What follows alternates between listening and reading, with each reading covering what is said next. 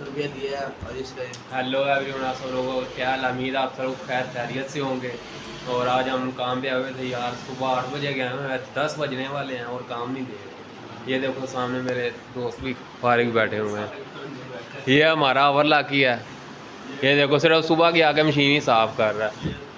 और यार ये हमारा आज का व्लॉग था। उम्मीद आप सब लोगों को पसंद आया होगा। ये देखो ये हमारी प्रेस है। मैं आपको अपनी सब मशीनें वगैरह भी चेक करवाता हूँ। उम्मीद है आपको पसंद आएगी। ये हमारी मशीनें, ये सामने शबीरा खुरकी बैठा हुआ है, ये देखो। और ये है हमारा शहरी। और मैं आपको अभी अपने लाले गंजे से भी मिलवाता हूँ। ये देखो, ये लाला है और ये अहमद है।